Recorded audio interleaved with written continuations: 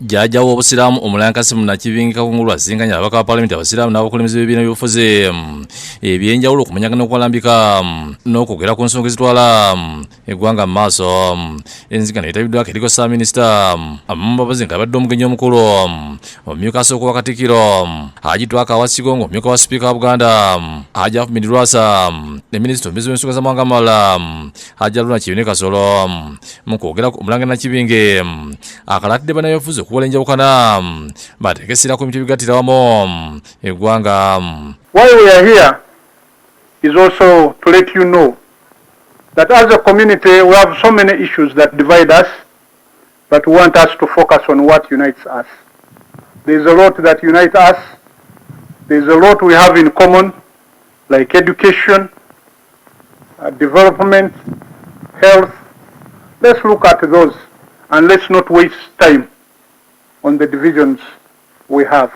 Ye Dr. Kawase yabazizza Omulangira olw'okutumbula obumu mu bakulembeze n'asaba ababaka ba palamenti naddala wano mu Buganda okusosowaza ensonga eza Buganda.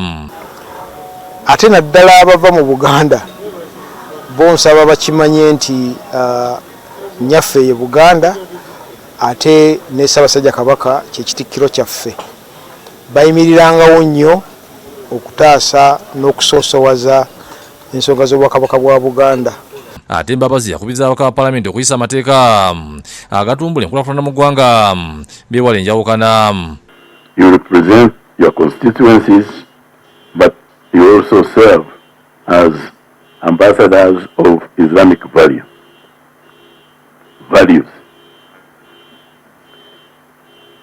Let integrity guide your conduct.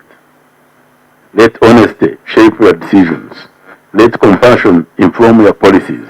Let justice define your leadership. Babakulira ebyobufuzi ebyenjawulo bategeezezza Omulangira Nakibinge nti eggwanga lisaanikiddwa okusomoozebwa.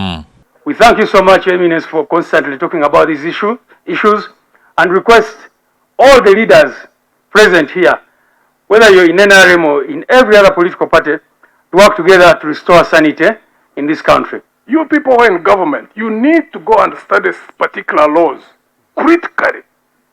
The law of cumulative effect and the law of unintended consequences.